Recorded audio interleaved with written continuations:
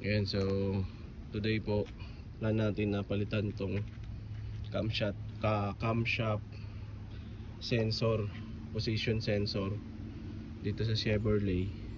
So binabaklas natin tong cover dito sa gilid yung mismong sensor niya. Medyo mahirap lang magbaklas ng ganito. Mahirap siya. Yung mga tornilyo, apat kasi yung tornilyo nito. Mahirap siyang baklasin. Yan. Ayun. Nabaklas din. Mahirap lang tanggalin. Pero baklas, ito na yung pinaka sensor niya. So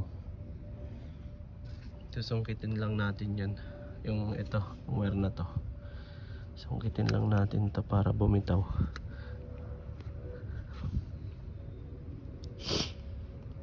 Okay, sige. So ito lang yung challenge natin. Ito, kailangan matanggal natin to kasi yun yung sensor. Kailangan ng ano yun, universal, yung parang bumabaluktot siya para makalas yun. Hindi na ako meron. Okay. Hindi ko babaklas to. Yung bolt nya dalawa kasi yung mga socket wrench ay kailangan yung isa yung universal ata tawag doon, yung nabaluktot siya para matanggal yung dalawang 10mm bolt na yan. Tapos isa pa guys, ang pinaka critical dito, yung bolt dapat ay yung ano nyo, yung socket nyo, ingatan nyo. Bakit? Pag yung socket nyo yung lumuluwag na socket, example, bila nahulog dahil maluwag doon sa mismong wrench, patay. Ayun oh, kita nyo yan, doon siya pupunta guys oh, sa mga gear. Problema yun kasi kung hindi nyo makukuha doon sa loob yung nahulog na socket doon sa loob, or tong bolt na to, yan, talagang kailangan nyo siyang alalayan guys. Paano ba yan magiging safe? Sobrang delikado, no? So ganun siya. Mission failed tayo for now. Balik tayo next time. Okay guys. Ayan guys, so ito tomorrow na to, kinabukasan na to, trinay ko siya na ito gawin.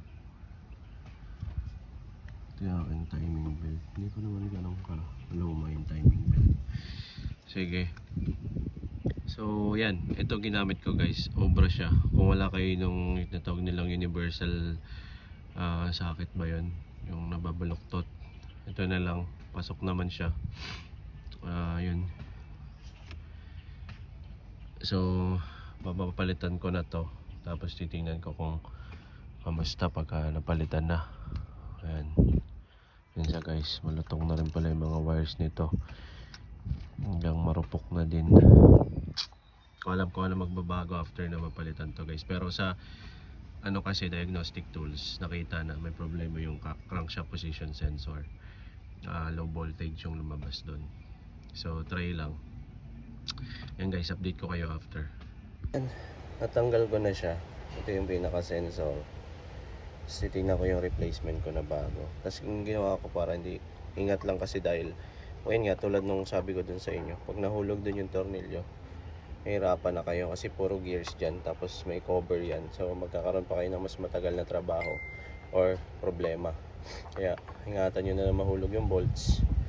So yan, check natin kung parehas ba. Yan siya guys. So yung parang pinaka serial yung part number niya, same naman kasi nabili kong bago.